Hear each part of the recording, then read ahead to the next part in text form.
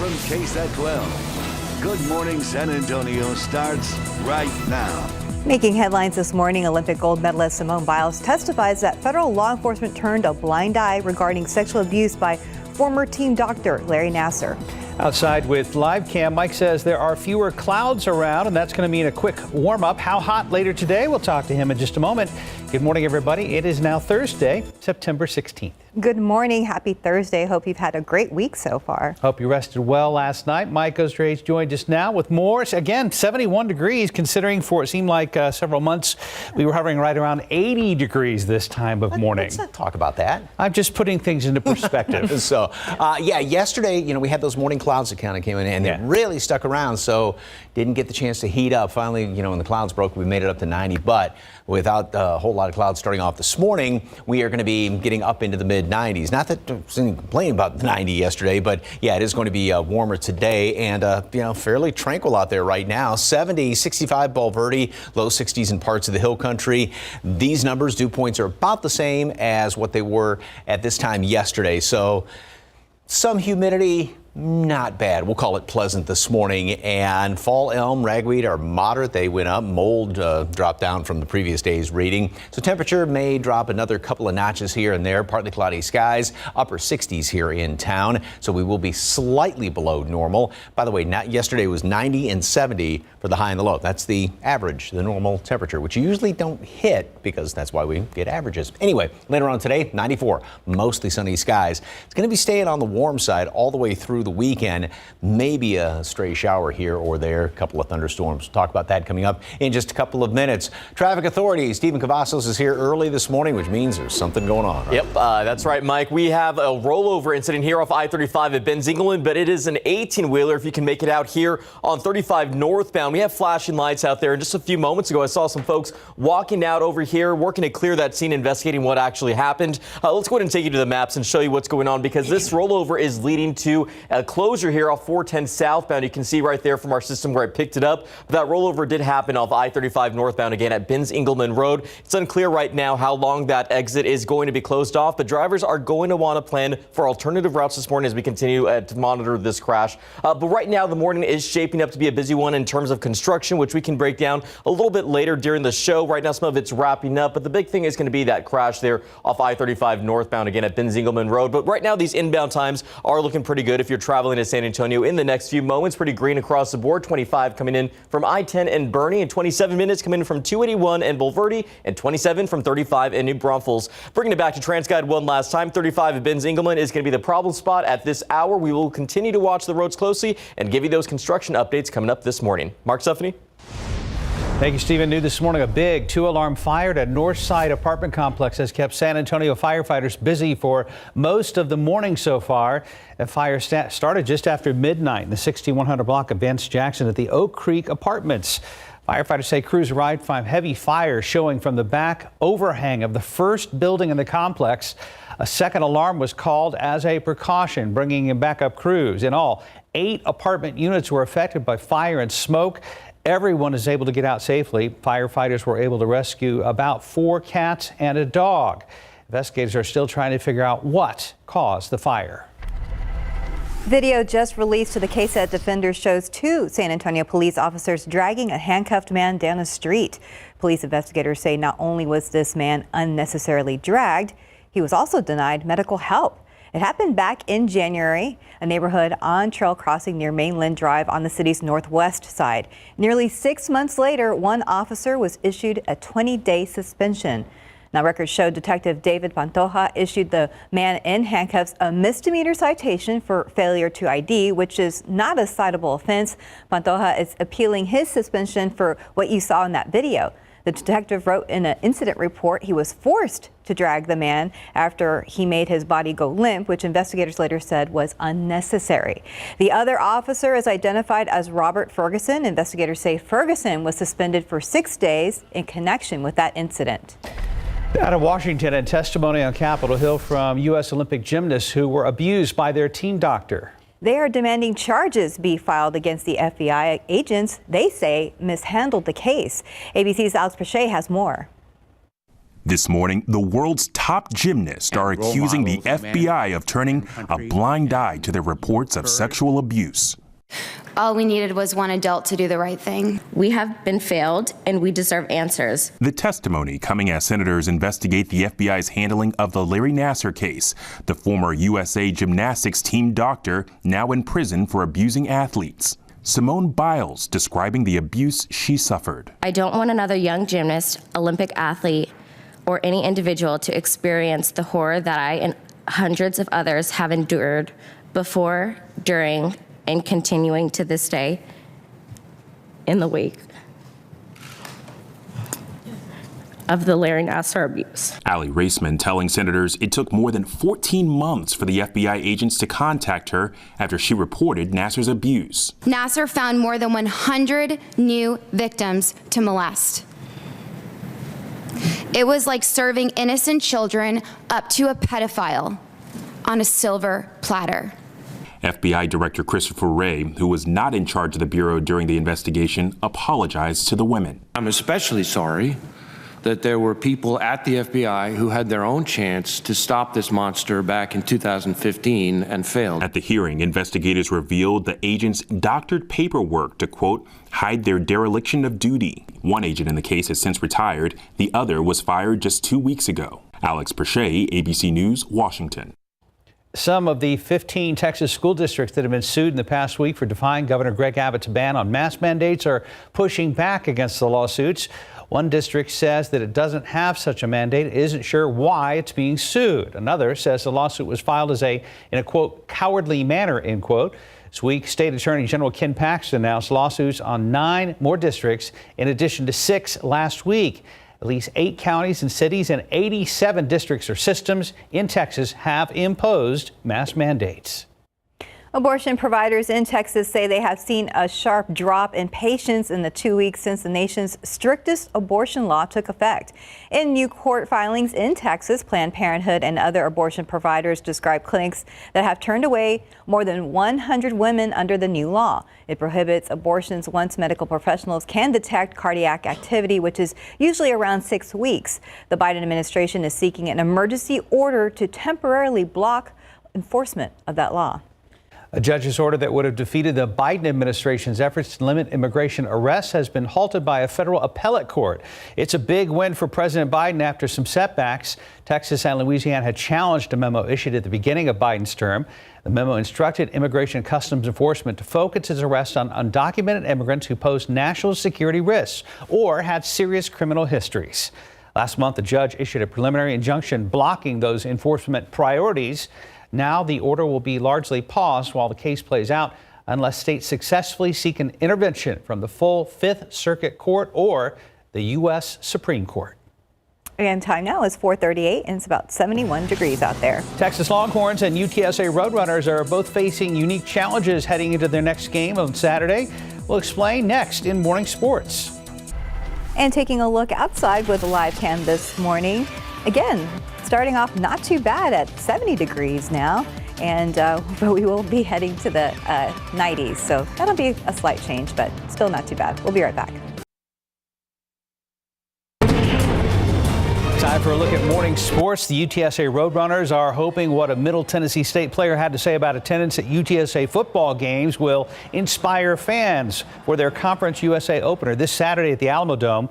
Last week in their home opener, there were 16,000 fans in the Dome, included a very good turnout in the student section. That said, the Dome can hold 65,000 plus, so the team is hoping for a little better turnout this weekend following their 54-0 rout of Lamar and after what an opposing player had to say. Just comparing them to, Virginia Tech, the stadium's not going to be as packed, like Coach was just saying. That'll be a good factor, but it's in a dome too, so it could get loud. I know my kids got a kick out of the young man from Middle Tennessee. He made an accurate statement that we don't have the same environment that Virginia Tech did, but I hope our fans take that as a challenge. I hope they see that, and we want that. We want to be the team of San Antonio. We'll see what happens Saturday at 5 p.m. for kickoff. The Texas Longhorns will have a new starting quarterback when they host Rice this week. There'll be Casey Thompson, who came into the Horns' embarrassing loss to the Razorbacks in Arkansas in the third quarter. It's after Hudson Card turned the ball over. That led to a touchdown and a 33-7 lead for the Razorbacks. Thompson was able to lead the Horns on 2 scoring drives to narrow the gap, but it was too little too late in that 40-21 shocking loss. Casey was asked if it had crossed his mind to enter the transfer portal after he was passed over for the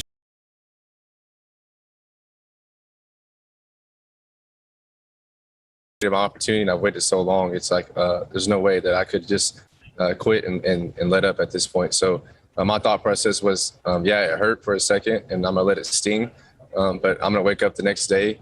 Literally, I took a day to kind of think about it, soak it all in, and then as soon as the Monday comes around, I just woke up and I went back to work, and I said, no matter what happens, I'm gonna be ready to play, and I'm gonna take this thing over when the opportunity presents itself.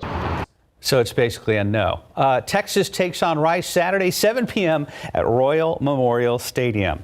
San Antonio Mission's hosting Corpus Christi this week. Hooks used a 3-run, 2-home-run third inning to get past the Missions last night. Meanwhile, San Antonio wasn't able to score at all and only had 3 hits.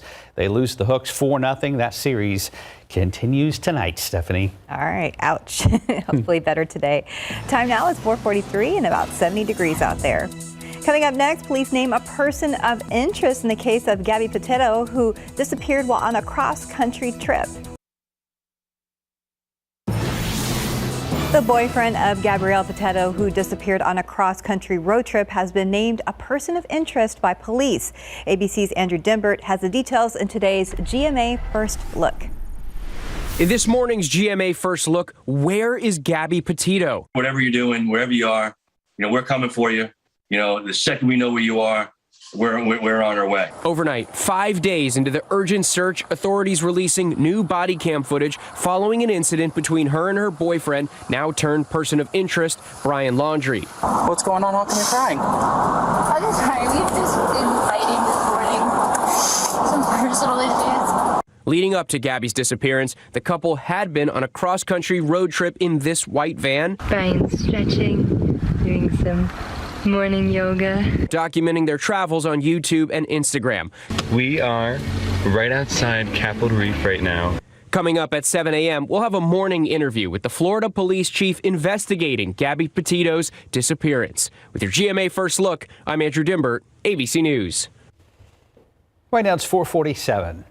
And let's go ahead and check in with Stephen Cavazos. There's a little bit of trouble on the road this morning. Yeah, drivers can expect some issues out there this morning, Mark and Steph. Mainly, the big problem is going to be here off 35 at Benz Engelman. We've been talking about it for a little while now. An 18-wheeler has rolled over in this area, which is obviously leading to some closures out for drivers. But what we can tell from this shot at TransGuide, we do have first responders out there on the scene. We have this big flashing light, so it does make it difficult for us to actually see where that crash did occur. But we can take you to the maps and show you right now that it is impacting those lane closures. That rollover I-35 northbound at Benz Engelman Road is leading to the closure of the 410 southbound exit. Now, drivers, according to TxDOT, are going to want to find those alternative routes this morning. This crash was detected around 3, so it has been there for now well over an hour. So use some caution, especially when you have those flashing lights out there. But as we bring you up here towards 35, we did have some construction out there off I-35 northbound, right at State Highway 46 to FM42. Traffic right now moving pretty smoothly at 63 miles per hour, but keep in mind, yesterday this was a trouble spot for drivers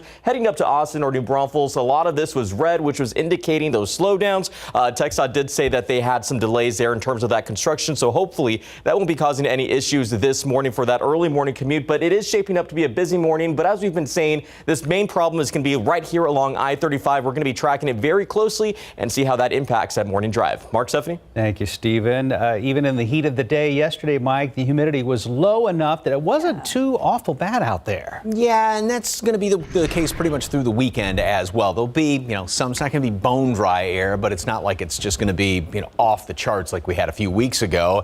Yesterday, the sun setting off Memorial Drive out there, well off to the east in Houston, and these are kind of sort of some of the clouds that we had around here. They were on the back side of what's still left over is Nicholas, because that thing, I'm going to show you in a second, has almost not moved off to the east of us. We do have a lot of clear skies as of right now, and dew point temperatures, they've dropped down maybe a couple of degrees compared to this point yesterday. So even yesterday was not oppressively humid in the morning. You notice it out there, but nothing too awfully bad. And satellite radar picture right now, there was some of the leftover clouds. They did start to break up a little bit in the afternoon. That did allow temperatures to get up to 90 because we were staying on the lower side there throughout most of the early afternoon. But we'd stayed, well, actually right at a normal high, not much lower than the forecast high temperature. There's Nicholas. You can see this big counterclockwise rotation right there in southern Louisiana, and it's pushing a lot of rain well out ahead of it all throughout the south, covering most all of Georgia and then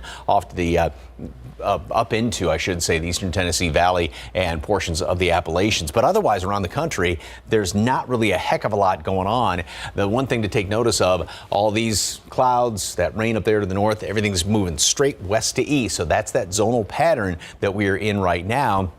And what that means is no real changes in the weather and no real good rain chances. So today we're going to have maybe a few clouds out there, plenty of sunshine. We get up into the mid 90s. Then we go into tomorrow and looking at about the same situation. However, there are, and a couple of computer models are trying to pick up on this, just little glitches in the atmosphere to maybe touch off one or two showers later on tomorrow evening. They will be very few and far between, probably count them on one hand if anything does indeed pop up, but there's just, I'm going to put a number on it, 10% chance tomorrow for a stray shower, something like that, thunderstorm in the evening hours. Otherwise, a lot of football games tomorrow night should go off pretty much without a hitch. 88 degrees today at noon, partly cloudy skies, and then we're going to be up to 94 for a high, so 4 degrees above normal. A lot of sunshine out there, some clouds. Tomorrow there is that one stray storm that may pop up, especially if you had to kind of point to one direction or the other out toward the hill country. Otherwise, it's going to be hot, 96 degrees, and we stay in the mid 90s through the weekend.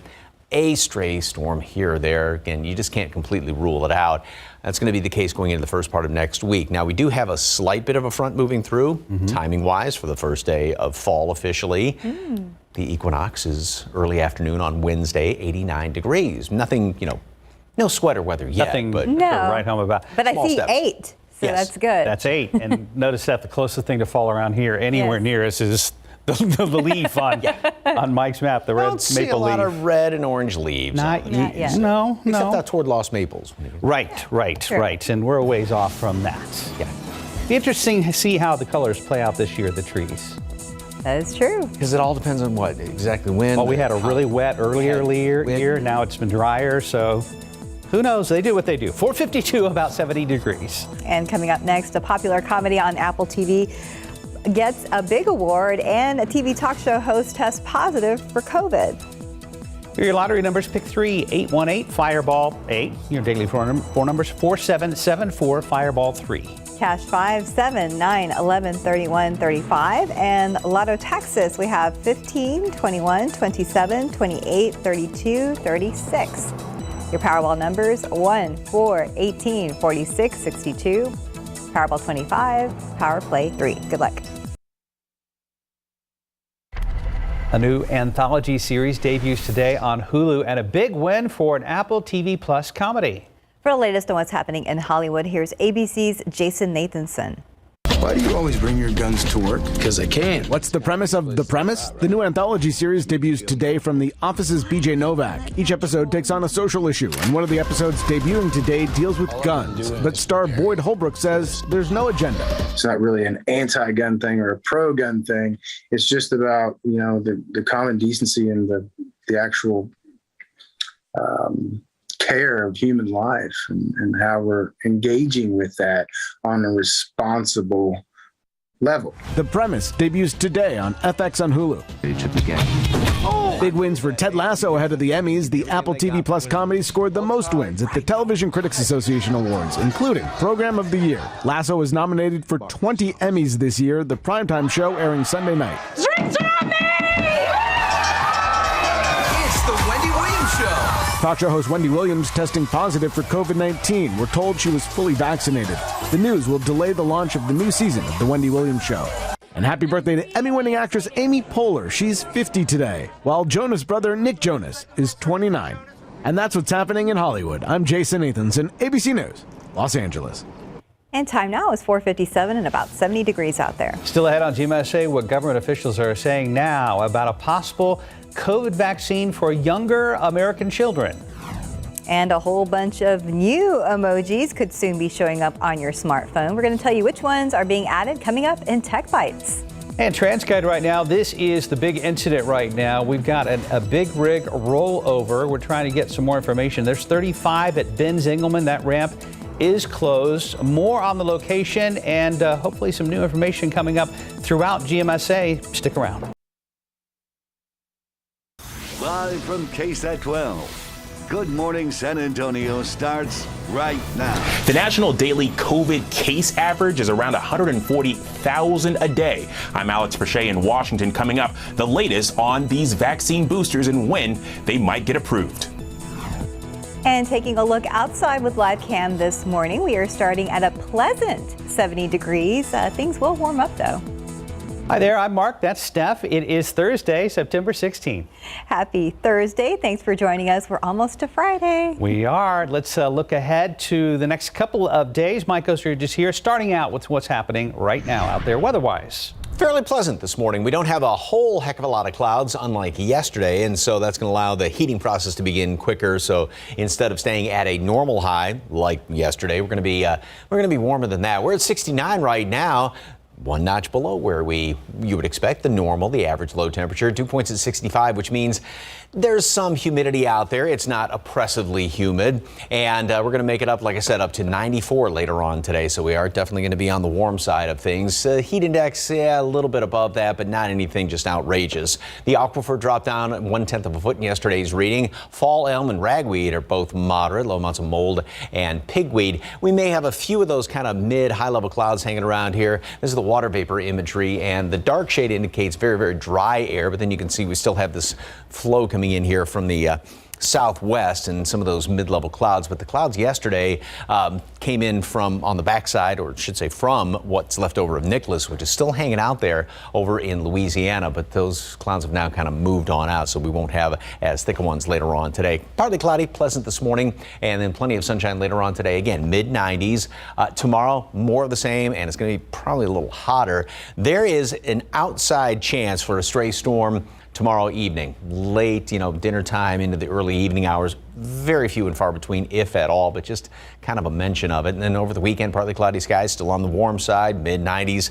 A couple of storms here or there. May see a break in temperatures, or at least back down to normal by the middle part of next week. More on that coming up in just a couple of minutes. Traffic Authority Stephen Cavazos got big problems out there this morning. What's the latest? Well, Mike, we are taking a look at this crash here off 35 at Benz Engelman, and it's where that 18-wheeler did roll over. And although we can tell you that it's a little bit difficult to make out exactly where that 18-wheeler is, I did check with our friends at TransGuide. They said that is detected right on the ramp there, but you can see that we do have some crews out there working to clear that scene up, although we're not sure how long that's going to take, which, as you know, could be a big problem for drivers that are heading out there this morning. As we take a look at the map, though, we do want to tell you this did happen off I-35 northbound right at Benz Engelman Road. Now, 410 southbound, that exit ramp is closed because the crash is being worked to get cleared out there this morning. So use some caution driving through that area. Start planning those alternative routes if you're still at home working to get your day started. But again, that rollover is going to be the big issue this morning. And as we take a wider look at the map, things have been relatively quiet around the Alamo City and some of our neighboring areas. We'd have some construction up here towards New Braunfels off I-35 northbound at State Highway 46. Looks like that has been cleared out, but keep in mind there was a delay out there yesterday, so crews could still be out there working to improve the roadways. But for now, the inbound times to San Antonio are still looking pretty good. We're looking at 29 minutes coming in from I-10 in Seguin, and just 23 from 87 in Livernia, and 87 coming in from Floresville. Again, the big issue this morning is going to be this rollover here off I-35 at Benz Engelman. We will continue to track that closely and give you any updates as they become available. Mark, Stephanie? Stephen, thanks for the info. Appreciate it. Right now, the question over vaccine boosters could be answered as soon as tomorrow. An FDA panel set to vote on recommendations for Pfizer's shot. ABC Alex Perche has the latest from Washington. The looming question of whether vaccinated Americans are ready for booster shots could be answered as early as tomorrow. An FDA panel is expected to vote on recommendations for Pfizer's booster shot. This morning, Pfizer's making the case that a third shot is needed for those 16 and older about 6 months after receiving their second dose. What we've seen is increases in cases and breakthrough cases as time goes on. That's not directly related to Delta, but just because of a waning immunity. And this is why this booster question is coming into play right now. Pfizer also suggesting that the reduction in vaccine protection is likely not due to the Delta variant, but instead vaccine effectiveness decreases with increasing time since being fully vaccinated. A review of Moderna's boosters will happen in the coming weeks. People who receive its vaccine will also need a third booster dose after 6 months. But unlike Pfizer, Moderna's booster shot will be a half dose, which the company says provides more than enough protection. As for vaccines in children, Pfizer is planning to submit data to the FDA by the end of the month, with hopes of a green light to start giving doses to kids 5 to 11 by late October. Cases continue to soar. The national daily case average now stands around 140,000. 9 states have more patients hospitalized than at any other point in the pandemic, an average of 1,260 Americans dying each day. Mortuaries in Oregon running out of space. We're up against some pretty significant barriers when it comes to being able to store bodies. In Washington, D.C., setting up this exhibit on the National Mall, more than 630,000 white flags honoring each person who's died from COVID. And Los Angeles County health officials are now calling for vaccine mandates to enter certain businesses. Customers would have to be fully vaccinated by November 4th. Alex Perche, ABC News, Washington. Here at home, an investigator with the Guadalupe County Sheriff's Office is under arrest and suspected of continuous sexual abuse of a child. That investigator is 35-year-old Joshua Hernandez. Comal County records showed the allegation against Hernandez was reported on April 2nd. Investigators have interviewed Hernandez, the alleged victim, and 3 females in connection with that investigation. San Antonio City budget for next year is keeping the potential for another major winter storm in mind. Later today, council is expected to approve the Resiliency and Emergency Preparedness Plan as part of a $3.1 billion budget. City of San Antonio says it needs about $8.5 million in next year's budget to prepare for an emergency of that scale. One of the city's main focuses is finding 4 permanent locations to shelter residents. The plan also includes community emergency preparedness education, a resiliency study, and upgrades to emergency services. Getting generators for our police stations and fire stations to make sure first responders have the capability to respond. We had some challenges with our fire stations being without power, so the $8.5 million includes about $3 million for that. City already has a hazard and basic emergency plan. The most common hazard, flooding, will be addressed in a separate plan through future bonds. If approved in today's budget, the community will have a chance to give some input on shelter locations in about 2 months. And you could soon see a higher utility bill thanks to the February winter storm. CPS Energy President and CEO Paula Gold-Williams is warning of a potential rate increase of at least 10%. It would be the first hike in 8 years. Right now it's 5:08, about 70 degrees. And still ahead, we're going to tell you how you can now log into your Microsoft account without a password. Next, why recent major storms and hurricanes may be the cause of car prices to go even higher.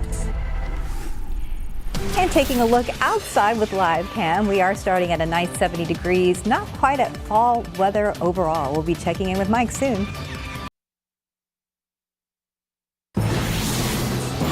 Well, get ready to pay even more for a new vehicle. Hurricane Ida may be blamed for driving up prices this time around. And as CNN's Jen Sullivan explains, there's concern that people might end up buying flood-damaged vehicles. Car prices are already at historic highs, but this hurricane season is wiping out the already tight inventories as demand soars, creating the perfect storm to drive up prices. The flooding and damages that are caused by hurricanes, it pushes consumers into the market to find replacement vehicles. So obviously that's going to cause more demand on an already constrained market. Car prices, both new and used, soared this summer, driven by computer chip shortages and limited production of other spare parts. Prices peaked in July, but are still up 32% from a year earlier. But now there's concern another hike may be ahead. This has always been uncharted territory, especially due to COVID. We don't expect relief regarding the microchip shortage and also pricing going into 2022 and 2023. Floodwaters from Hurricane Ida last month destroyed hundreds of thousands of cars, including many that were on car dealer lots. And at the same time, the storm created a sudden surge in demand for cars. Dealers have indicated that there is demand, especially on the new market and also the used market, for the vehicles that they have, but they just don't have the supply to fulfill that. If you're in the market for a new car, beware. Carfax estimates that there are 370,000 storm-damaged cars on the road today, often sold to unsuspecting buyers. Being mindful and also being conscious of the vehicle and trying to get an extensive history of that vehicle is probably most important. For today's Consumer Watch, I'm Jen Sullivan. 5:13, about 70 degrees. And still ahead, details on Google's nearly 4,000-mile long cable linking the U.S. to the U.K. and Spain. And we'll tell you about the nearly 40 new emojis coming to a phone near you. What can I do with less asthma? With Dupixent, I can do more yard work, teamwork, long walks. Hi, Tim. Game on! That's how you do more with Dupixent, which helps prevent asthma attacks. Dupixent's not for sudden breathing problems. It's an add-on treatment for specific types of moderate to severe asthma that can improve lung function for better breathing in as little as 2 weeks. It can reduce or even eliminate oral steroids. And here's something important. Dupixent can cause serious allergic reactions, including anaphylaxis. Get help right away if you have rash, shortness of breath, chest pain, tingling, or numbness in your limbs. Tell your doctor if you have a parasitic infection, and don't change or stop your asthma treatments, including steroids, without talking to your doctor. Are you ready to do more with less asthma? Hey, come on! Just ask your asthma specialist about Dupixent. In today's Tech Bites, Microsoft is now letting users log into their account without a password. Instead, you can use the company's Authenticator app or Windows Hello, which allows access with your fingerprint or your face. The company says the technology is more secure than passwords. A new Google cable now connects the U.S. with Britain and Spain. The 3,900-mile cable will send massive amounts of data between the continents and reduce internet outages. It's expected to be functional next year. And the company behind emojis has unveiled 37 new images. They include the melting face emoji, the biting lip emoji, and the mirror ball. Multiple skin tone variations of the handshake will also be available. Expect them to drop to your devices before the end of the year and throughout 2022. Those are your Tech Bites. Have a great day. I'll have to check them out later. I know. I kind of like the disco ball. Right? 5:17 on your Thursday morning. Let's go ahead and check in with Stephen Cavazos with all the problems there at I-35 and Ben Zingelman. Yeah, it has been a pretty busy morning, Mark and Steph. As we take a look here, 35 at Ben Zingelman, we have a very big flashing light right out over there. And that is because we do have first responders working to clear an 18-wheeler that has rolled over out there. And this is going to be the big issue this morning, especially as more drivers are getting out on the roadways. We know that it's going to be causing some big delays. But as we take a look right now at the map, that rollover did happen here off I-35 northbound, again, right at Ben Zingelman. But keep in mind, the 410 southbound exit right now is currently closed because first responders, again, are out there working to clear that 18-wheeler. But it has been a pretty busy morning. Right just not too far from there, there is some construction even going on just a few steps away, Loop 410 southbound at FM 78. So construction is hopefully going to be wrapping up pretty soon out there because we know this is a very busy spot, at least this hour. And as we take you up a little bit further, we do have some construction right over here off US 281 northbound, right at Loop 1604. We know at least one lane is still currently blocked out there. So hopefully that's a good sign that crews will be wrapping up pretty soon. But this one we want to just continue to talk about here, this construction off I-35 northbound right at State Highway 46 and FM 482. We've been seeing that green and orange kind of fluctuate, go down and up. Right now, traffic moving at 24 miles per hour. It does show on the TransGuide cameras. It looks like it may have cleared out. But again, keep in mind, there was a big delay yesterday when it comes to clearing out this construction. So drivers were experiencing some long delays there off 35 going up to Austin. But right now, the issues are pretty quiet. But the big issue this morning, of course, guys, is going to be right here off I-35 at Ben Zingelman. Just be careful. We're going to continue to watch this pretty closely. Thank you, Stephen. Thank you. Beautiful moon back there. It's a great picture, and it's going to be full on Monday Monday the 20th? Wait, what's today? 16th? I have to cheat. The 20th. And You are Monday right. is the 20th. You're correct. Just looked that up in short-term memory. Anyway, yeah, gorgeous moon out there, and we should have a lot of clear skies throughout a good portion of the day. A few mid-high level clouds coming on in here. We do have some moisture coming in from the west, from the southwest. Yesterday we got up to 90, and yes, it was lower than what was expected because those clouds were really stubborn, especially in the first about half, 2/3 of the day. That stayed at the normal high. That is the average high temperature. But where we had a lot more in the way of some sunshine, got up to 100 Del Rio, 96, 95 Carrizo Springs, Cotulla 97, and then lower temperatures off to the east. And that's because we had a lot of the lower clouds that really swept back in here from the leftovers of Nicholas, which is still just kind of next door over there in Louisiana. Today going for 94 degrees and very hot temperatures obviously out there to the west and southwest along the Rio Grande River at Rio Grande Valley, and mid upper 90s, mid 90s, about 3, 4, 5 degrees above what you would expect this time of year, and somewhat of a heat index. Now, it's not going to be outrageously high as far as the heat index is concerned, but there will be a little bit of it out there. The humidity is going to stay somewhat in check. It will be dropping down a little bit in the afternoon, coming back up in the morning, so we'll still keep that kind of 24-hour cycle going, and that'll be the case tomorrow as well. As far as any rain chances, really nothing out there today, just a couple of clouds. Now, tomorrow, what's interesting is a couple of different computer models. This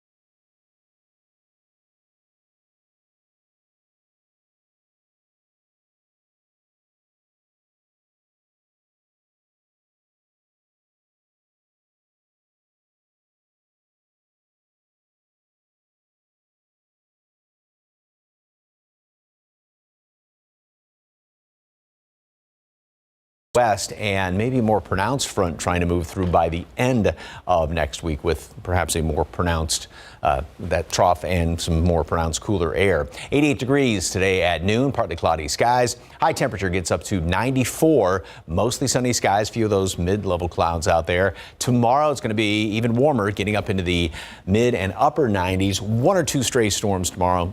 Very, very few and far between, like I said. A couple of them here or there over the weekend, possibly. And then next week, midweek, we'll have a slightly better chance for some rain. Looks like the first kind of mild front moves through on Wednesday, and at least it'll knock temperatures down to about normal for the start of fall. You guys remember earlier this week we were talking about the urge for grilled cheese and soup? Yes. And I know the weather doesn't actually match up with that desire, but I'm hearing that more and more from more people. They are ready for things to cool down. Yes, we are. We always get to that point at this time of year. Yeah, so. we're just kind of done, aren't we? Yeah. Yeah. Yeah. Yeah. Be patient. Be here soon, yeah. Yeah, sometimes it's mid-September, sometimes it waits till 1st of October for the real doozy of a front. Winter is coming, but first fall. 523, 70 degrees. And coming up next in your morning spotlight, a new preview of Steven Spielberg's revival of West Side Story, and the group Nickelback hits a milestone. Pick 3 numbers, 818 Fireball 8. Your daily 4 numbers, 4774 Fireball 3.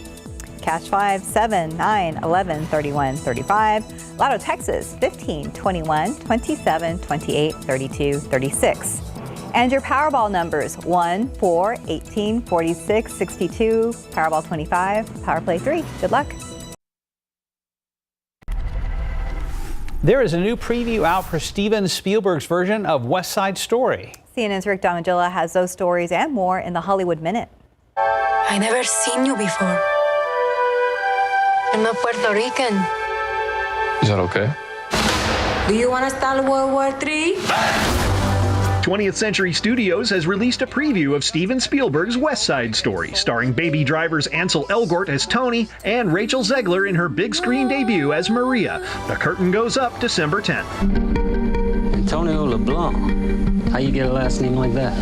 I was adopted. The issue of immigrants adopted as children being deported decades later is at the center of the film Blue Bayou. I didn't know there was so many adopted children, not only in America, but around the world, who had ended up in this legal place where there was a loophole where governments can actually deport them away from their home countries, families, and children. These children are brought from a different country at a very young age. And I think it's the adult's responsibility, if they are brought as children, that the proper paperwork and everything is taken care of for them. But to find out as an adult you're not considered American, I just don't think it makes any sense.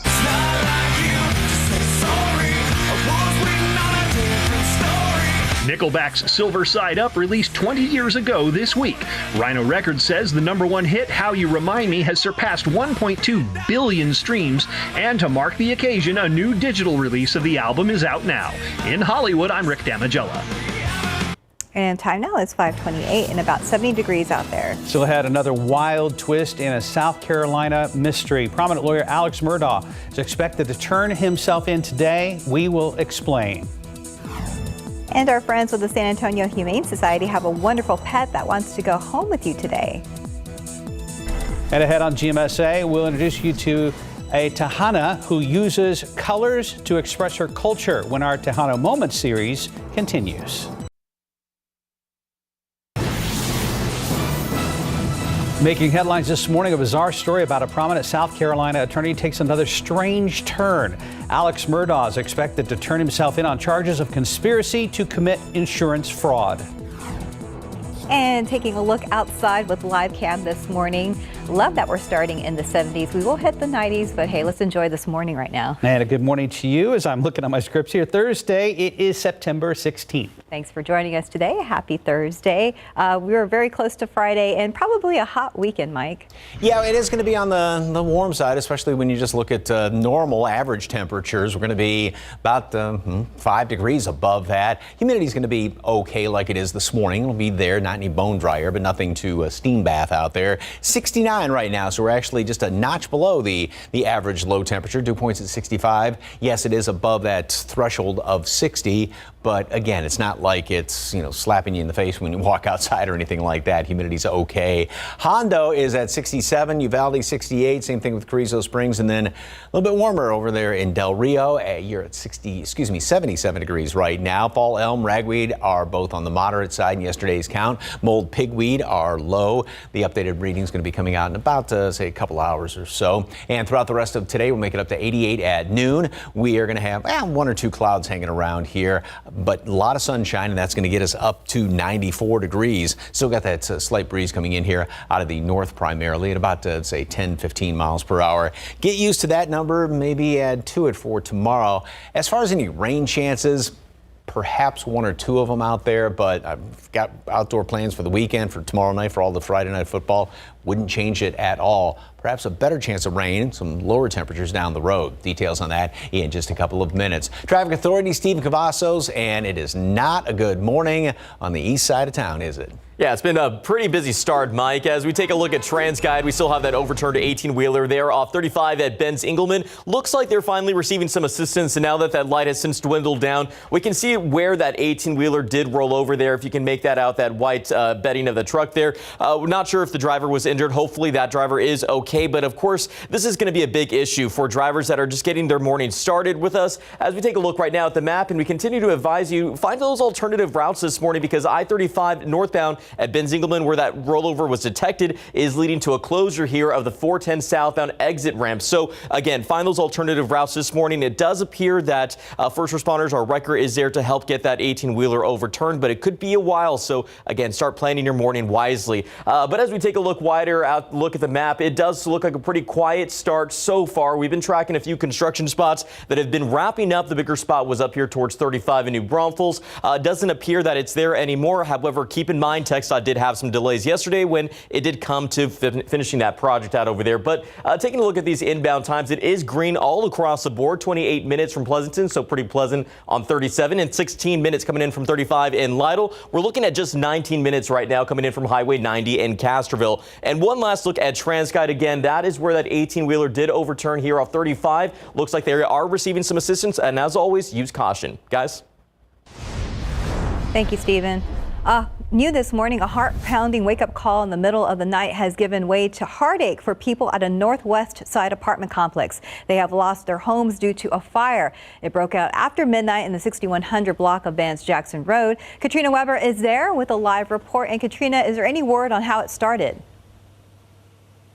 Firefighters say that there's no official cause at this time. They're still investigating, but residents definitely have their own suspicions. I'll tell you more about that in just a minute. Right now, we do have some firefighters here who are boarding up these units, trying to keep people out because of the damage and also because these homes are wide open with people's possessions still inside. This whole building is affected here at the Oak Creek Apartments, including the leasing office. Firefighters tell me they had to break open the door just to get inside some of these apartments. This happened around 12:30 this morning. We had a camera here and we have some video to show you as this happened. Now, I had a chance to talk to a relative of some of the residents. She says that they got a wake-up call around 12:30 this morning. Many of the people, including her 73-year-old father, had to jump from their balconies, she says, to get out of this. They could not get out their front doors because there was a huge fireball in front of them. Now, I did talk to firefighters. They told me again that they had to break open some of the doors. They had to get into that office to make sure that the fire had not spread. They managed to rescue some pets, including about 4 cats and a dog. Everyone here is safe, but again, a heart-pounding wake-up call for these people.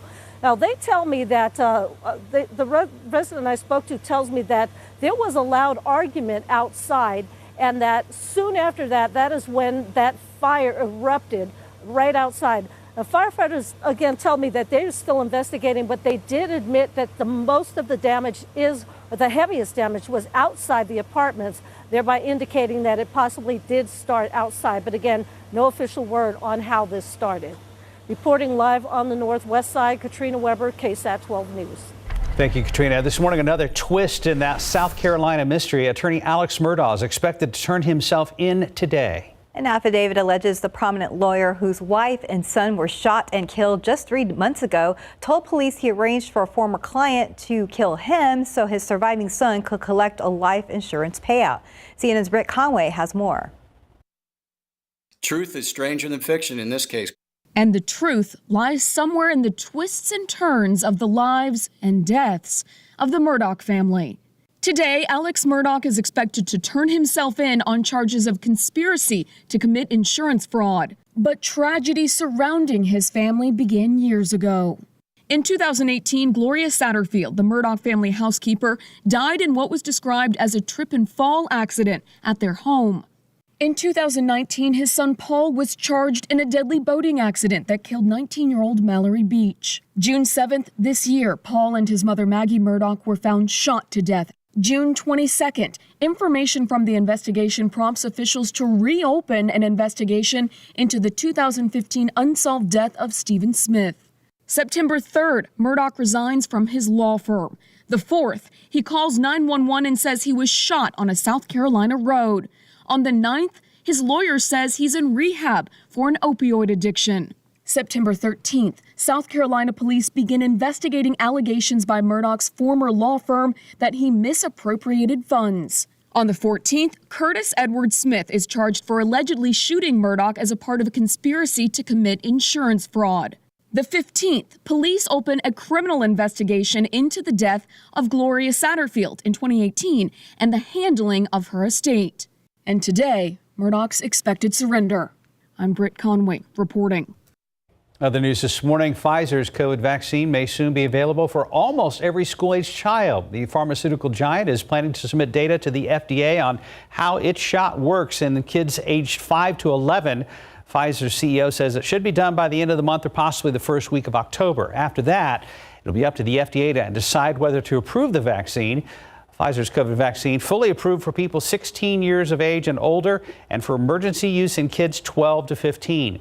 Pfizer is also gathering data for its vaccine in babies as young as 6 months old. The SpaceX Falcon 9 rocket roared into space last night carrying 4 people in the first ever all-tourist mission. Liftoff happened just after 7 p.m. from NASA's Kennedy Space Center in Florida. The passengers will spend 3 days aboard their 13-foot wide Crew Dragon capsule in orbit at a 350-mile altitude, 100 miles higher than where the International Space Station orbits. If all goes to plan, they'll return to Earth by splashing down off the coast of Florida on Saturday. Right now it's 5:39, about 70 degrees. And coming up next, how one doctor at University Health is giving more than anyone would have ever expected. And outside with live cam, a little bit of humidity, but it's really not bad out there this morning. We're looking at about 70 at San Antonio International Airport. Any rain chances in the next week or so, and fall is finally listed on my 7-day forecast. I say listed, it's pretty much just a red leaf. Welcome back to KSAT and GMSA 542. We all know doctors and nurses are going above and beyond for their patients during the pandemic. University Health has one doctor in particular who gave more than anyone would have ever expected. Here's Ursula Perry with the story. Pulmonologist Dr. Mark Chalabi knows how to hold a secret. His longtime patient and friend, Serena Irons, had learned that the hepatitis she'd conquered also had destroyed her liver. Instead of offering only compassion, he got tested to become her organ donor. Why would a person do this for me? You know, this is major surgery. Dr. Chalabi knew more than anyone the consequences, but he learned he was a match with Irons, so agreed to donate a portion of his liver to save her. But he kept it a secret. She was only told her liver transplant was from an anonymous donor. It was only by chance that Dr. Chalabi and Irons ended up at a pre-transplant clinic waiting room. It was an accident, but it revealed the amazing gift. All I said is, "Are you the one?" And he said, "Yes." And then we hugged. I was worried that she was not going to accept it from me being her doctor, being a father. And so I didn't want her to know. I call him my Superman, my superhero, you know. And now we're connected for life. As was the case with Serena, the fastest way to get a liver transplant or a kidney transplant is to have a living donor. There's simply not enough deceased donors in order to satisfy the long waiting list for transplants, and that list gets longer every year. For more information on how you can become a living donor, go to KSAT.com. Ursula Perry, KSAT 12 News. Touching story on a Thursday morning. Yeah, very, very cold. Time now 5:44 and 70 degrees. Well, up next, our friends over at San Antonio Humane Society has this adorable little fur baby ready to go home with you.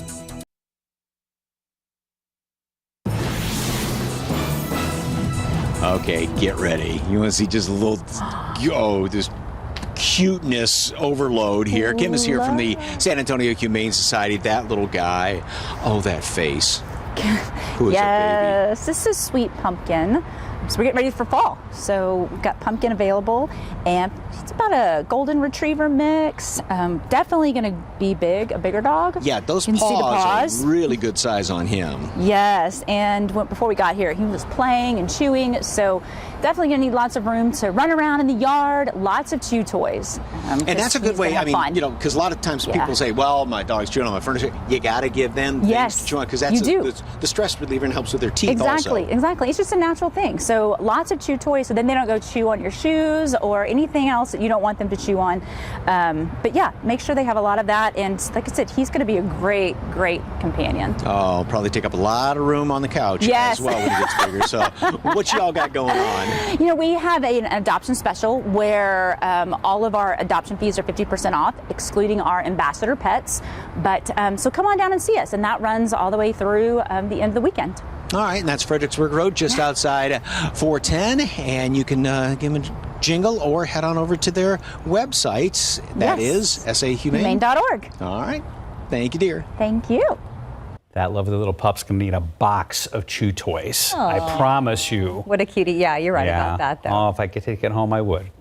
Time now is 5:49. Let's go ahead and check in with Stephen Cavazos. Looks like there are more problems on 35. Yeah, actually, this is, I think, a different shot from TransGuide that shows us where we do have that exit ramp closed off at 410. It's a busy morning right now, and we're tracking it all here in the traffic lab. Right now, you can see, those flashing lights are indicating that closure out over there. That's because we do have that 18-wheeler that did roll over here off I-35 at Binns-Engelman. You can see that we have a lot more activity out there now that the morning is getting going. We have a few more vehicles that are out there, hopefully working to assist that 18-wheeler getting rolled back over and getting it out of the way. But right now, we do know that it's leading to some big closures, at least this morning. This rollover I-35 northbound at Binns-Engelman has leading to the closure of 410 southbound. That exit right now, as you just saw, is closed as crews work to clear that scene up. But it is shaping up to be pretty busy now that the morning is getting going. We do have an incident that's been reported here off I-10 eastbound at Vance Jackson. Our system picks it up as a crash, but right now KSAT does have that reported as a stall. However, keep in mind that sometimes those upgrade to those collisions. We will continue to watch that and see how it impacts that drive. But unfortunately, the crashes don't stop there. We do have another one right here off US 90 westbound at Loop 410, not causing any issues,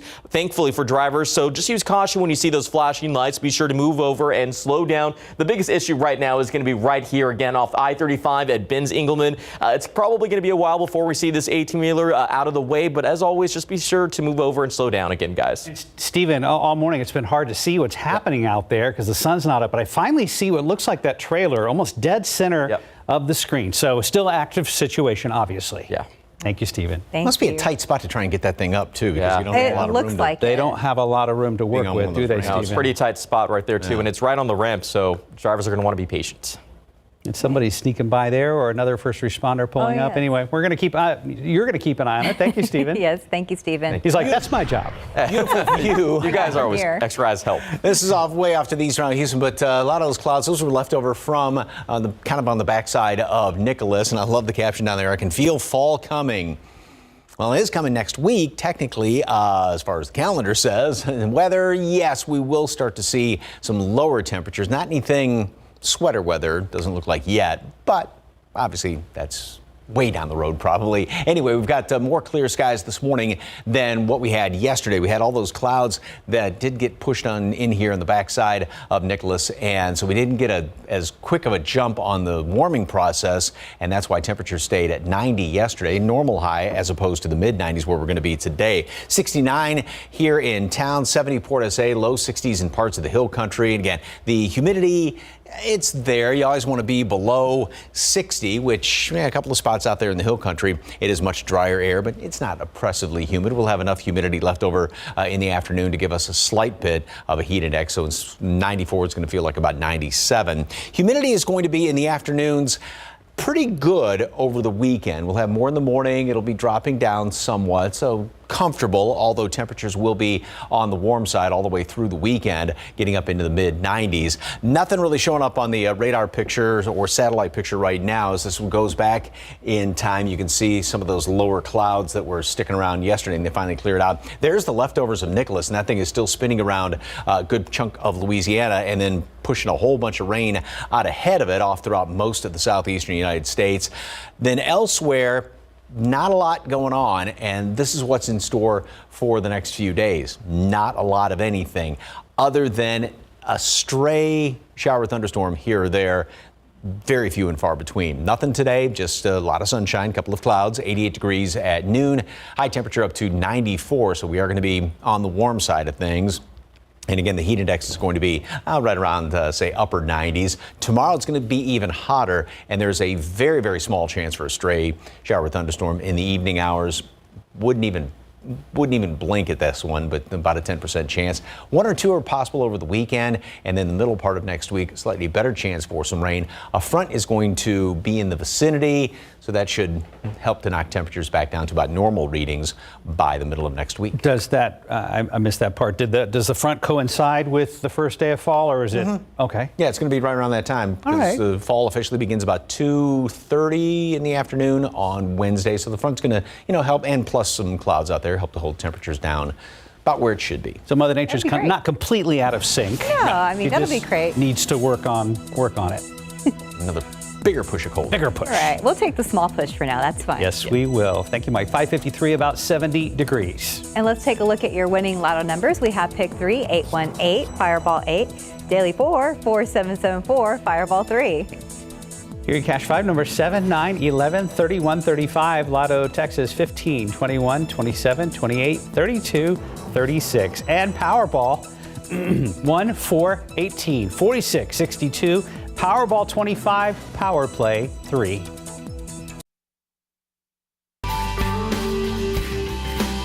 September is Hunger Action Month, and our KSAT community partners need your help to feed our community. You can drop off donations at RBFCU locations across the city.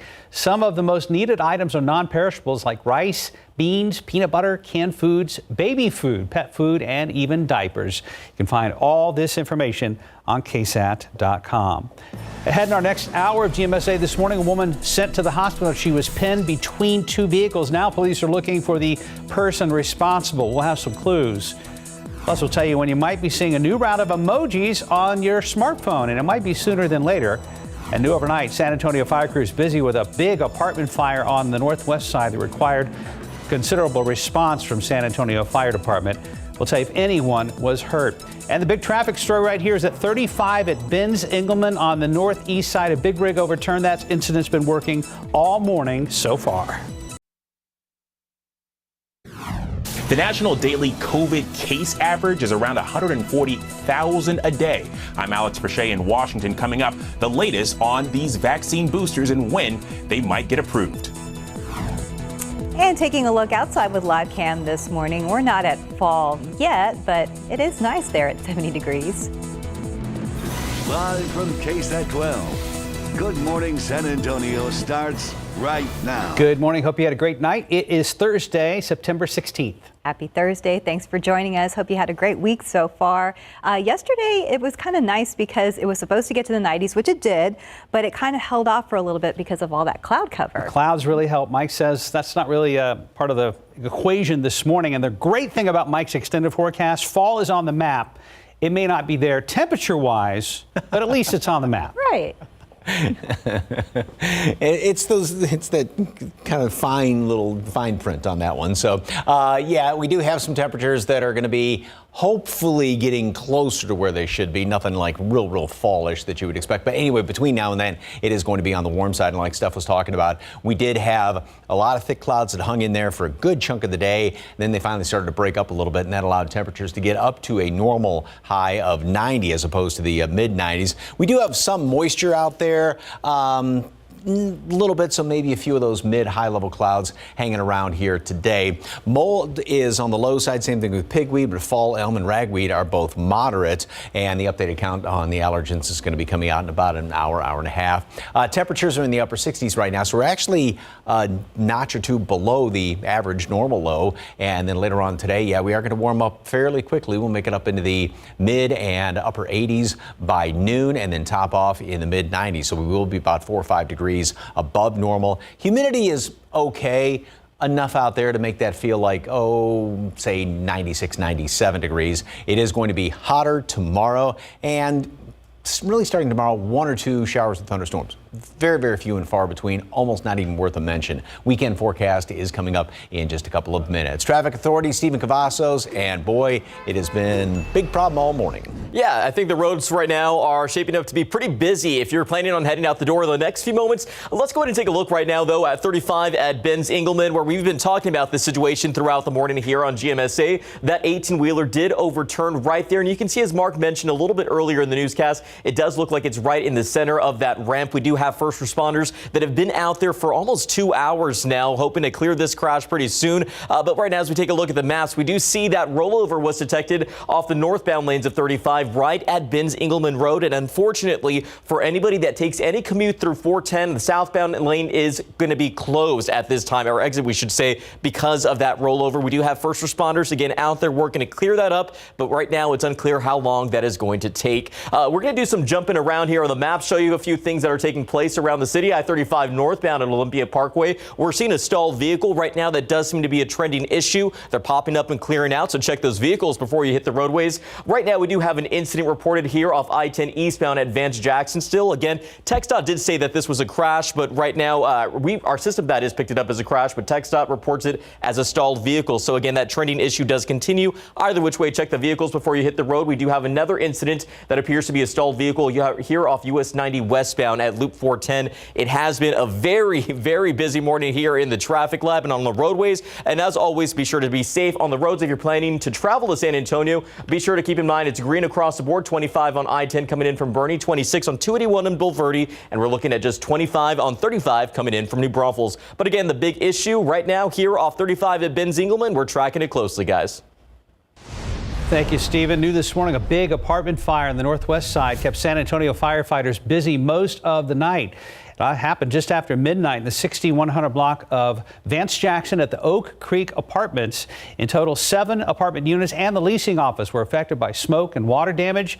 Everyone was able to get out safely. Firefighters were also able to rescue 4 cats and a dog. At this time, it is not clear what sparked the fire. San Antonio's city budget for next year has the potential for another major winter storm in mind. Later today, council is expected to approve the Resiliency and Emergency Preparedness Plan as part of an over $3 billion budget. City of San Antonio says it needs about $8.5 million in next year's budget to prepare for a big-scale emergency. One of the city's main focuses is to find 4 permanent locations to shelter residents in any emergency. The plan also includes community emergency preparedness education, a resiliency study, and upgrades to emergency services. Getting generators for our police stations and fire stations to make sure first responders have the capability to respond. We had some challenges with our fire stations being without power, so the $8.5 million includes about $3 million for that. City already has a hazard and basic emergency plan. Most common hazard, flooding, will be addressed in a separate plan through future bonds. If approved in today's budget, the community will have a chance to give some input on shelter locations in about 2 months. And you could soon see a higher utility bill thanks to the February winter storm. CPS Energy President and CEO Paula Gold-Williams is warning of a potential rate increase of at least 10%. It would be the first hike in 8 years. San Antonio police looking for the person involved in a hit and run that sent one woman to the hospital. Happened back on September 5th in the 3300 block of Foster Meadows on the southeast side. Investigators say the driver of the sedan pictured on your screen hit a parked car, which pushed it forward and pinned the 30-year-old woman between 2 vehicles. She was taken to BAMC with severe injuries to her legs. The driver took off and did not help that woman. The suspect believed to be a woman in her 20s. If you know anything about the incident, you're asked to call Crime Stoppers at 210-224-STOP. A San Antonio teen killed, and nearly 30 years later, an arrest in the case has been made. Emily Jeanette Garcia was only 15 years old when she was killed in 1993. She was found strangled and sexually assaulted near Canyon Lake in Comal County. Garcia was not identified until 1994 when a family member saw a news report. 50-year-old Thomas Ray Galindo is now charged with Garcia's murder. The murder case was reviewed several times over the years, and as investigators re-interviewed several people, they say new information was uncovered leading to Galindo's arrest. The question over vaccine boosters could be answered as soon as tomorrow. An FDA panel set to vote on recommendations for Pfizer's shot. Meanwhile, the Delta variant is still fueling a surge across our country. The national daily case average now stands at about 140,000. ABC's Alex Perche has more from Washington. Good morning. Yes, the national daily case average around 140,000 a day, but the U.S. hasn't had less than 100,000 daily cases in 5 weeks. The looming question of whether vaccinated Americans are ready for booster shots could be answered as early as tomorrow.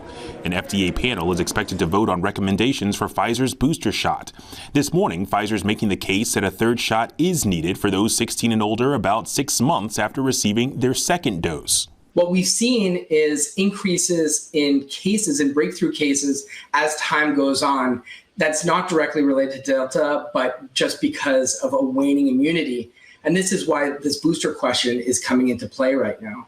Pfizer also suggesting that the reduction in vaccine protection is likely not due to the Delta variant, but instead vaccine effectiveness decreases with increasing time since being fully vaccinated.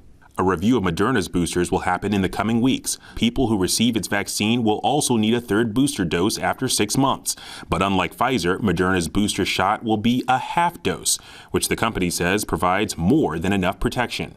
As for vaccines in children, Pfizer is planning to submit data to the FDA by the end of the month, with hopes of a green light to start giving doses to kids 5 to 11 by late October. And Los Angeles County health officials are now calling for vaccine mandates to enter certain businesses.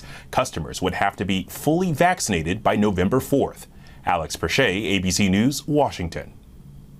And happening now in our nation's capital, hundreds of thousands of white flags are being placed across the National Mall. They represent the number of Americans who have died after contracting the coronavirus. Just under 667,000 flags will be planted across 20 acres of land. And happening now, more people are crossing the border into Del Rio and ending up under an international bridge. It's a story that is sparking a growing conversation and a lot of attention on social media. This morning, State Representative Tony Gonzalez will be in Del Rio to address the issue. Jonathan Cotto is staying on top of the story, and he joins us now live. Jonathan, what can you tell us about the situation? Stephanie, the mayor of Del Rio says it is dire. Just to put in perspective, back in July, the number of migrants was about 300. And just as of yesterday afternoon, that number grew to 5,600. That number continues to grow. We're told many of them are Haitian. Seeking asylum is a legal process where migrants give themselves up at the border before their case is rescheduled in court. Customs and Border Protection confirms the bridge is serving as a temporary shelter from the heat, while migrants wait to be taken into Border Patrol custody. Del Rio Mayor Bruno Lozano took a moment to show us the overwhelming situation. This is beyond crisis. This is urgent. This is dire. And unfortunately, the magnitude right now of individuals in such a small, finite area is health, it's safety. He went on to tell us these are unprecedented times. He said he sent a message back in February to the administration and is still waiting for the plan of action. Now, Border Patrol says it is increasing the number of agents in the area. Of course, this is a story that we will continue to follow closely. You can read the latest on KSAT.com. Just look for this story on the homepage. Reporting, Jonathan Cotto, KSAT 12 News. All right, thank you, Jonathan. 610, about 70 degrees. Still ahead on GMSA, the San Antonio Chamber Choir is getting ready for a big virtual event aimed at helping the local arts. And outside with live cam, 70 degrees out at the airport, looking back towards beautiful downtown San Antonio on your Thursday morning. Thanks for starting your day with GMSA.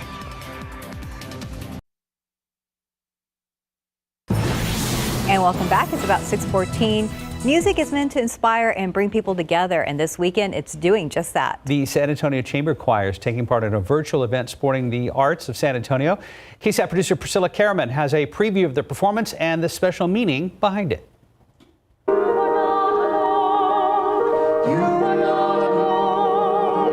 It's a powerful message of reassurance, and some would say it's perfect timing. Especially right now in the world that we're living in. Even though you might not be able to see people all the time, we're still here to support one another. When you need someone to carry you. Anna Osterman has been with the San Antonio Chamber Choir since 2014. As a former high school choir director, she says while searching for her own creative outlet, she fell in love with the organization. When you're broken on the ground, like Osterman, Samuel Patamber has been singing with the chamber choir for years. With a background in music education, Patamber says the organization can give young artists a way to turn their passions into professions. I think that having young people involved in the arts, whatever those arts might be, especially the performing arts, is a magnificent way for them to learn about themselves. They get to create and they get to contribute to the beauty in the world. But it all starts with inspiration. This weekend, the Chamber Choir is partnering with 4 other local organizations to get the community involved in the arts. I hope it can be inspiring that we can come together in the face of adversity, that we can make music together. and really just have that sense of community, no matter what our background is. Priscilla Karaman, KSAT 12 News. And the song you just heard, You Will Be Found, from the Broadway musical Dear Evan Hansen. Find out where to watch performances or how you can support the Chamber Choir. Head to KSAT.com. And for now, let's go ahead and check in with Stephen with a lot of problems on I-35. Yeah, and as more drivers are waking up with us this morning and getting ready to head out the door, they're going to want to start planning for those alternative routes, especially here along I-35 at Benz-Engelman. As you can see that we do have more first responders out there working to clear a rollover. And it's not just any rollover, guys. It's an 18-wheeler that is rolled over there off 35 in these northbound lanes right at Benz-Engelman, which is, of course, going to lead to some big problems for drivers this morning. As we take a look right now at the map, we know that rollover has led to the 410 southbound exit closed for now as first responders, again, who are working to clear that up. So again, drivers, those of you at home getting ready to hit the roads, make sure you plan those alternative routes wisely. So let's go ahead and jump around here, though. We do have that crash. You just saw it was a crash that our system detected here off US 90 westbound at Loop 410. However, TxDOT is reporting a stalled vehicle out there. So for now, we will say that there is an incident happening here off US 90 westbound. Use caution, especially when you see those flashing lights out there this morning. As we continue to jump around town, we do see that there is a stalled vehicle here off I-10 westbound at Wurzbach Road. One lane is currently blocked this morning, but right now it's not going to be causing any issues for drivers. As you can see from the maps, it's still pretty green on the screen, even with that rollover there here off I-35 that is at Benz-Engelman. However, the morning is just getting started. More people are expected to be hitting the roads anytime soon for that morning rush hour. So this could be a big problem. We're hoping that it can be cleared pretty soon, guys. Yes, we hope so too. Thank you, Stephen. Time to roll that school bus, Mike Osterhage. Yes, indeed, and pretty tranquil morning. There's a little humidity out there, not bad. It's sort of that Goldilocks weather, I guess, once again. Temperature stands, we're going to be in the upper 60s. We're in the upper 60s as of right now, partly cloudy skies, and 94 for a high. Yesterday, we stayed at 90 thanks to those clouds that were really hanging tough for a good chunk of the day, but with fewer clouds, obviously, we're going to get a quicker jump on the heating process, so we are going to be on the above normal side later on today. This is a beautiful picture. Oh my goodness, looks like a watercolor painting out there. Thank you very much for the KSAT Connect picture. And we, like I said, have a lot of clear skies right now, and with rain chances, not anything to write home about. We may have a couple of clouds sticking around here today. That's going to be about it. Same thing tomorrow. Now, a couple of computer models, though, are trying to get one or two stray showers or thunderstorm to pop up tomorrow evening, dinner time into the early evening hours. This particular model has it kind of moving through town. Again, this is not written in stone, and as we get closer to tomorrow, obviously, you can kind of pinpoint this a little more, but there is that, call it a 10% chance for a stray shower or two tomorrow in the evening hours. This computer model, which is that one that usually kind of paints things in with a broad brush, also has the same solution. One or two stray showers trying to pop up in the evening hours. Going into Saturday and Sunday, again, one or two showers or a thunderstorm here or there, just a very, very small chance of it. If you have outdoor plans over the weekend, I would not change it at all. And then going into Monday, looks like we see somewhat of a lull in the action. But then Tuesday, then it's going to start to pick up a little bit more. 30% chance for some rain. That's going to be the case Tuesday night into Wednesday. This is as a front is going to work its way down into the area. Now, this is not going to be this huge blast of fall air or anything like that. It's just going to kind of help get us back down to where we should be this time of year. So right now, first of all, off to the east, there is the leftovers of Nicholas, and that's going to, well, still be a big rain producer off there to the east, but not really having any impact on our weather. And high pressure is pretty much going to be in control, but we still have, it's not sitting right on top of us. So still little disturbances will be hanging around here, giving us that one or two showers or thunderstorm over the weekend.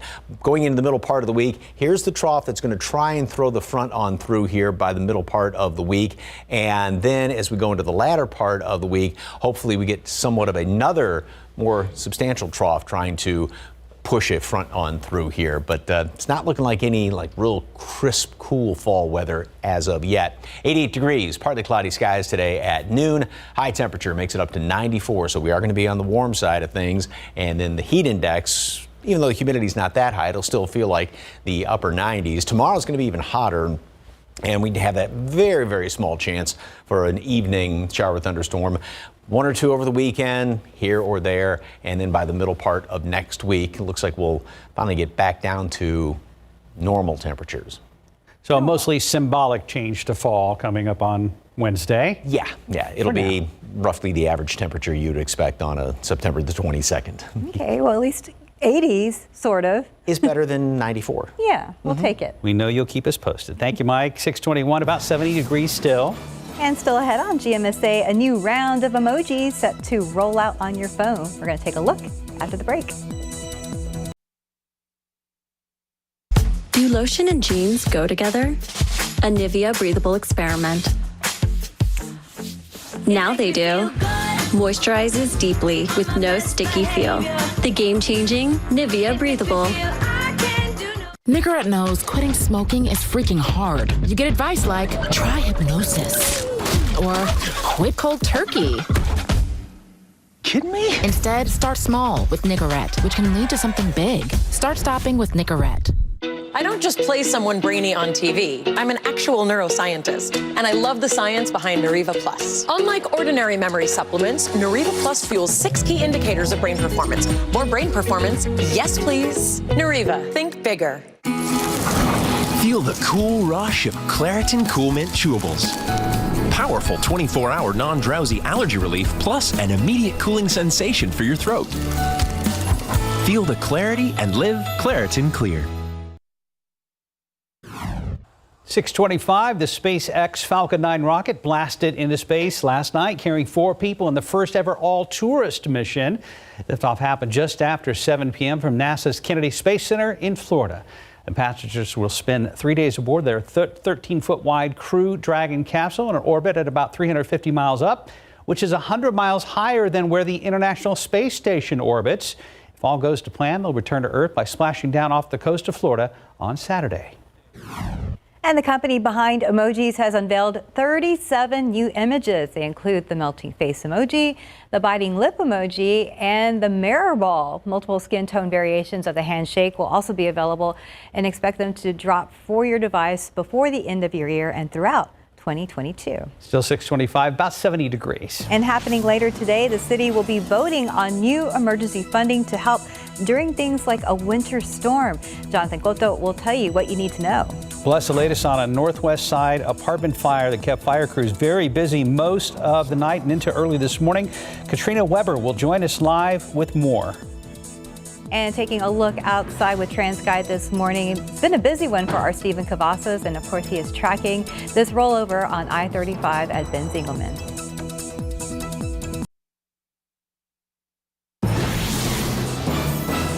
More than half a dozen families are trying to figure out their next move after a fire destroyed their homes. I'm Katrina Weber. I'll have that story coming up. Outside with live cam, hovering right around 70 degrees out at San Antonio International. Fall is in Mike's forecast, but it's more of kind of a mental note. Good morning, everybody. It's Thursday, the 16th.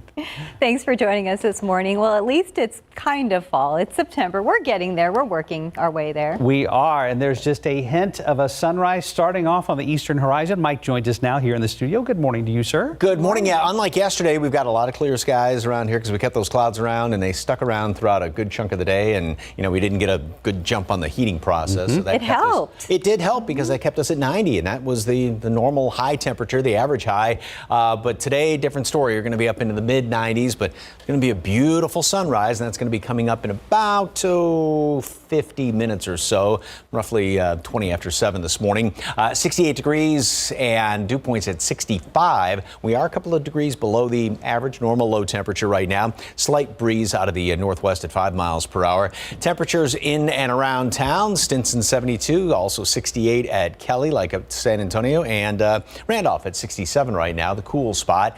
We have moderate fall elm and ragweed. Mold and pigweed are both on the low side. And color partly cloudy skies or mostly clear, pleasant this morning. Humidity's not bad. Mostly sunny skies, mid 90s today. It will feel like the upper 90s. So humidity, again, is not going to be anything outrageous, but just enough out there to add a couple of degrees to the heat index. Tomorrow, mostly sunny. Going to be hotter. There's a very small chance for a stray thunderstorm late, maybe dinner time, early evening hours. Hardly even worth a mention, but just 10% chance at best. One or two of them over the weekend. That's going to be the extent of it, but it will stay on the warm side, mid-90s all the way through the weekend. Any fall temperatures? Because fall's just around the corner officially. Details coming up in a couple of minutes. Traffic Authority, Steve Cavazos, and that accident's still there, isn't it? Yeah, unfortunately, Mike. And we know for a lot of drivers that are going to be heading out toward 410, they can expect some delays likely later this morning. Just take a look right now at the ramp here, I-35 at Benz-Engelman. We do have that 18-wheeler that rolled over a little bit earlier this morning. We have a lot more flashing lights out there. In fact, I saw some of those first responders out there walking on the ramp. So clearly, this is still a very active scene. That 18-wheeler looks like it's right in the center of the ramp there. So it's not clear how long it's going to take to get this back up right and to get the lanes open, but we are seeing some issues there because of that rollover there again off the northbound lanes of 35. We are seeing the 410 southbound exit closed at this time. Still early enough to where we're not seeing any big issues in terms of traffic delays, but you can expect that possibly later this morning, especially for that morning rush. So plan accordingly if you're still at home and getting your morning started. Let's go ahead and take a look over here though off US 90 westbound at Loop 410. We still have this incident reported there, and our system has picked this up as a crash off those westbound lanes right at Loop 410. However, the TxDOT website reports it as a stalled vehicle. And as a reminder, as always, move over, slow down for those first responders when you see those flashing lights, and be sure to check those vehicles before you hit the roadways. Right now, the big issues are going to be along 35, though, where that 18-wheeler has rolled over. But if you are traveling to San Antonio in the next few moments, good news there. It's green across the board. We're not seeing any issues with these inbound times. So just take your time when you're heading out the door this morning, especially if you're going to be traveling down this route. We're going to continue to watch this closely, and we're hoping that driver is okay. And again, just use caution and plan accordingly, guys. Thank you, Stephen. People at a Northwest Side apartment complex are recovering from a frightening wake-up call, but recovering from the fire that got them out of the bed may take a bit longer. It damaged more than half a dozen units at the Oak Creek Apartments. Katrina Weber is live in the 6100 block of Vance Jackson with that story. Now, Katrina, where are the people now? Well, I saw some people with the American Red Cross out here earlier, so it's possible that they have helped the residents to find some temporary shelter.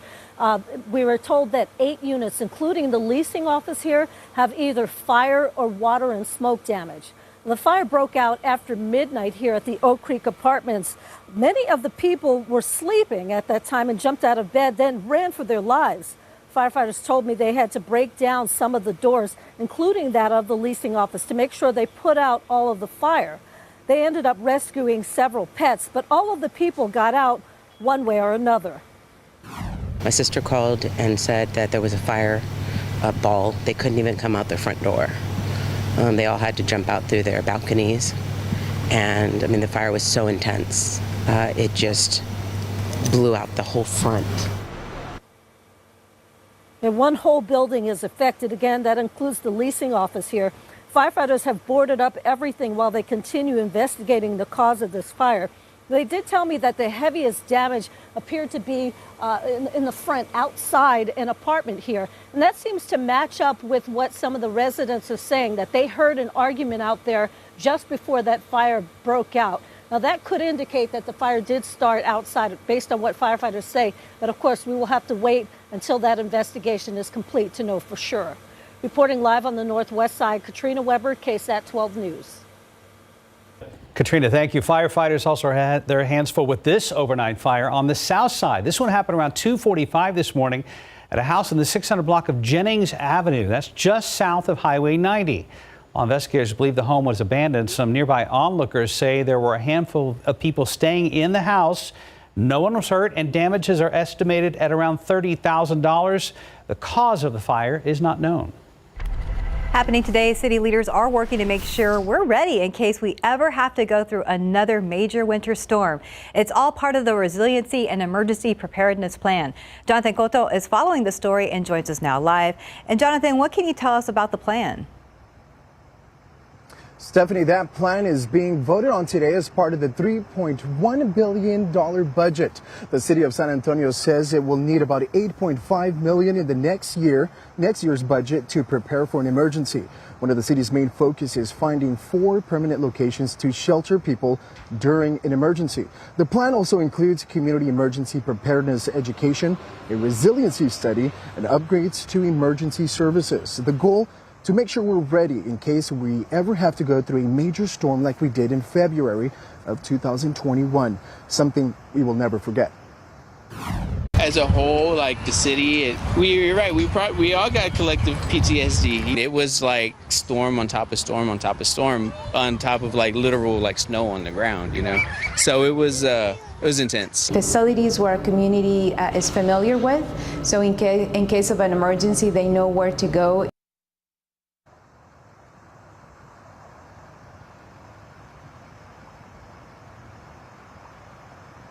If approved today, you will have the chance to select where those locations will be, those shelter locations will be in about 2 months.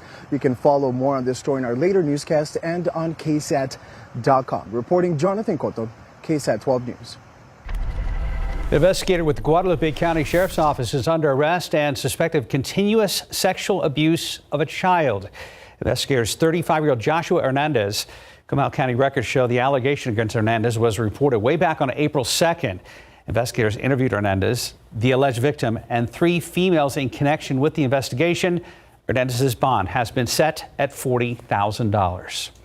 In your other morning headlines, testimony on Capitol Hill from U.S. Olympic gymnasts who say they were abused by their team doctor. They're demanding charges be filed against the FBI agents they say mishandled the case.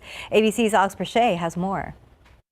This morning, the world's top gymnasts are accusing the FBI of turning a blind eye to their reports of sexual abuse.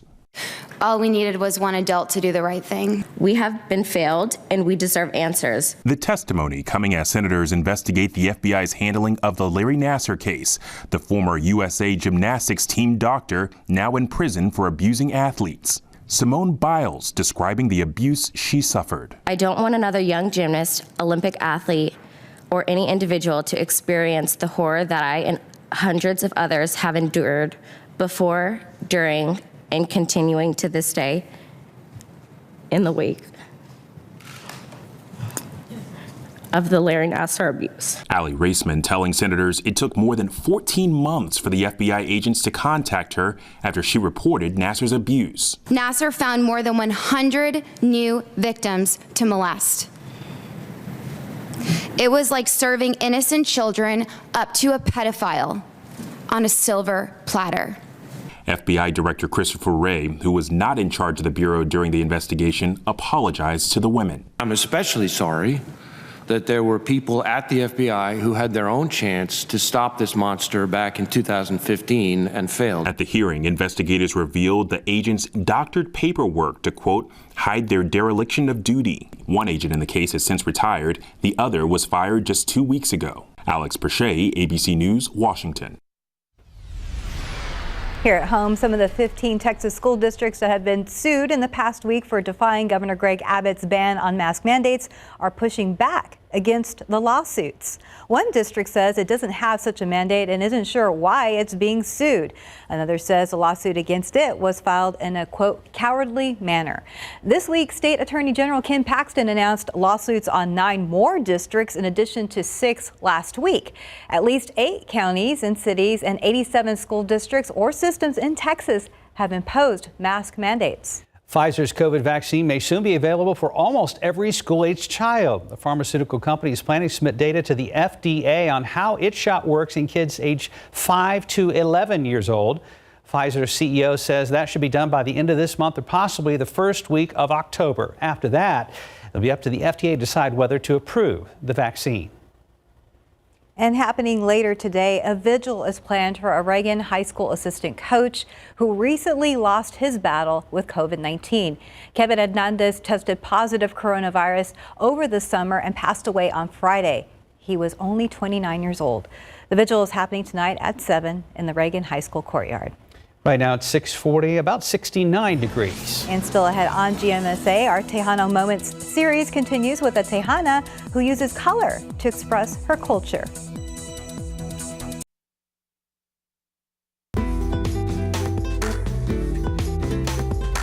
And welcome back. It's about 6:44. If you've been keeping up with our Tejano Moments series recently, you may have noticed a trend: stories about women. Tejanas have made an impact on our community in more ways than one, and we want to share some of their stories. In today's segment, GMSA producer Rosalind Jimenez introduces us to a woman who expresses her culture through colors.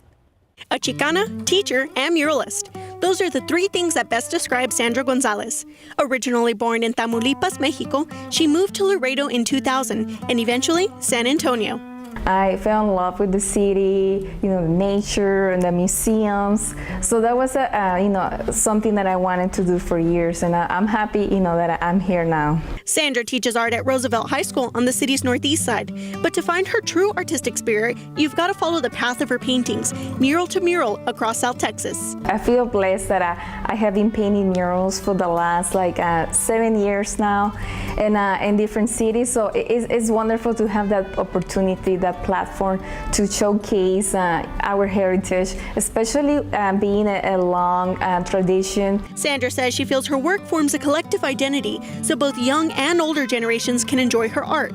But there's one piece along the U.S.-Mexico border she says she will always hold dear to her heart. It's called El Abrazo, and it represents the embracing of the cities of Laredo and Nuevo Laredo, Mexico. And I think it just brings a very positive message about that sisterhood, about embracing.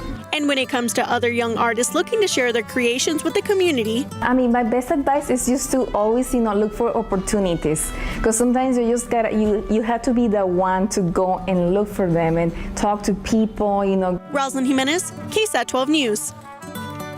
Time check, 6:46, about 69 degrees. Go ahead and check back with Stephen Cavazos about the rollover there on I-35. Yeah, we've had our eyes on it all morning long, Mark and Steph. We take a look here at 35 at Benz Engelman. We do have those flashing lights out there, indicating we do have first responders who are working to clear this rollover, that 18-wheeler over there. As you can spot there on the ramp, looks like it's right there in the center. So it's been there for almost over 2 hours. That is, we've been talking about it throughout the morning here on GMSA, but it's obviously going to be leading to some problems for any drivers heading out the door, especially through 35 or 410. Right now, that did happen off those northbound lanes. Again, right at Benz Engelman, but take a look here. 410, the southbound exit is currently closed at this time as first responders, again, are working to clear that scene up. So it has been a pretty busy morning. We've been tracking a few things happening around the streets. We do have this stalled vehicle here off I-10 westbound at De Zavala Road. Our system detected it as a crash, but again, TxDOT has listed that as a stalled vehicle for now, but that can always upgrade depending on the situation. So drive safely this morning and make sure you check the vehicles. But overall, looks like we had another stall just pop up there on 281. Again, another reminder, check those vehicles. But as we take a look at the maps, it's still pretty green on the screen, although we're seeing a minor buildup in the northbound lanes of 410. We're going to continue to watch the roads closely, especially here along I-35 at Benz Engelman, guys. Thank you, Steve. And one of our longtime viewers here on GMSA is Yvonne Sherney. She has sent us so many pictures over the years, we probably should consider her a part-time employee. I know, and she does a great job. And yeah, it's every once in a while, these just such unique and really cool pictures. So there's a spider web up high in the tree, backlit by the street light. That's just really cool. If that doesn't get you in the Halloween spirit, I don't know what's going to. Great picture. Thank you very much for that one, Yvonne. Speaking of great pictures, just a gorgeous sunrise this morning. Yeah, one of the prettiest we've had around here in a long time. Perhaps a couple of wispy clouds out there, a little bit of moisture in the mid levels of the atmosphere. As you can see in the water vapor imagery, the darker shade is really, really dry air. And then again, a little moisture coming in here from the southwest. Yesterday, the reason why we kept all the clouds around, we had all the low clouds that were kind of sweeping in here from the east on the backside of what is still left over of Nicholas, which is still over there in Louisiana.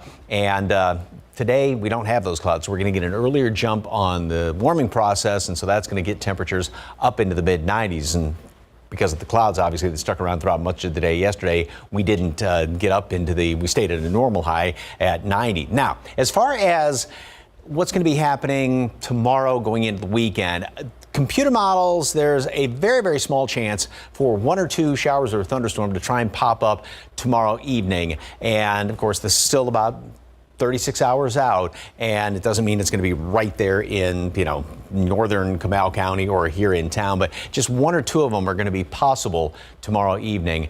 I wouldn't even, really worry about it at all.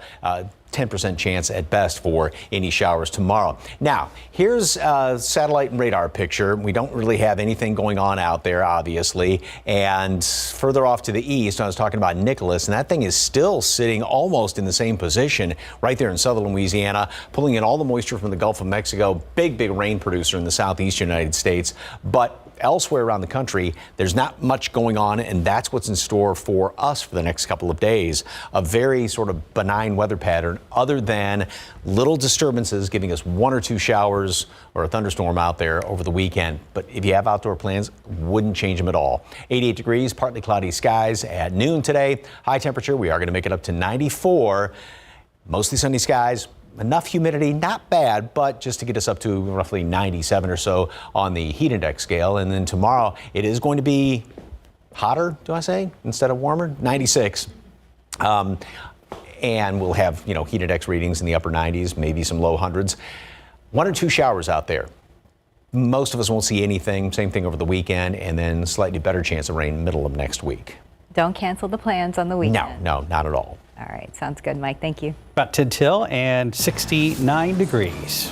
And we are talking about it all week long. Several local art organizations are getting ready for a big virtual event. This is tomorrow on GMSA. We're going to hear from members of Ballet San Antonio ahead of the big night.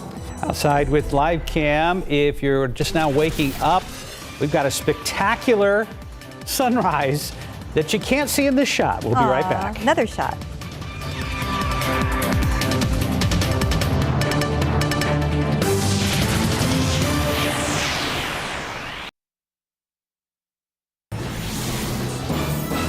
Good morning. Coming up here on GMA, blasting off into history. The latest on that incredible space flight, lifting off just last night, sending those 4 civilians into orbit on a groundbreaking mission. So, is it the end of astronauts? We'll have that and so much more coming up right here on GMA.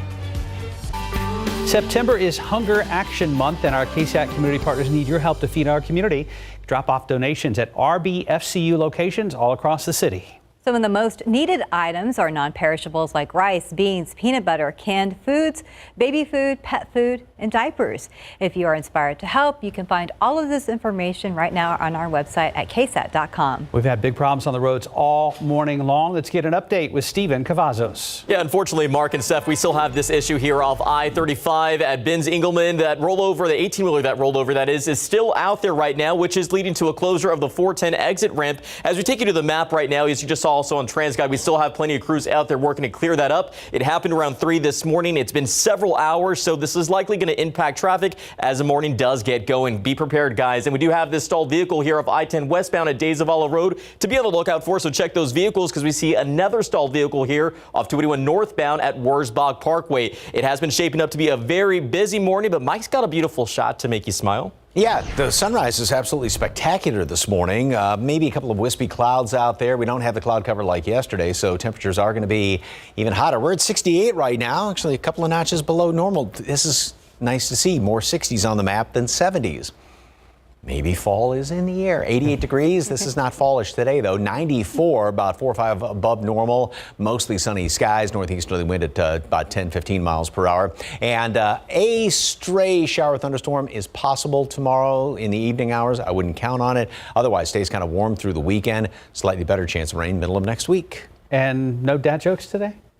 No. No, I didn't have any dad jokes. So, by the way, Stephen, did you look at the Who's On First? I would be lying if I said yes, but I will. I promise. Before the weekend, I will be a pro. Yes, homework. Have a great day, everybody. We'll see you back here at 9.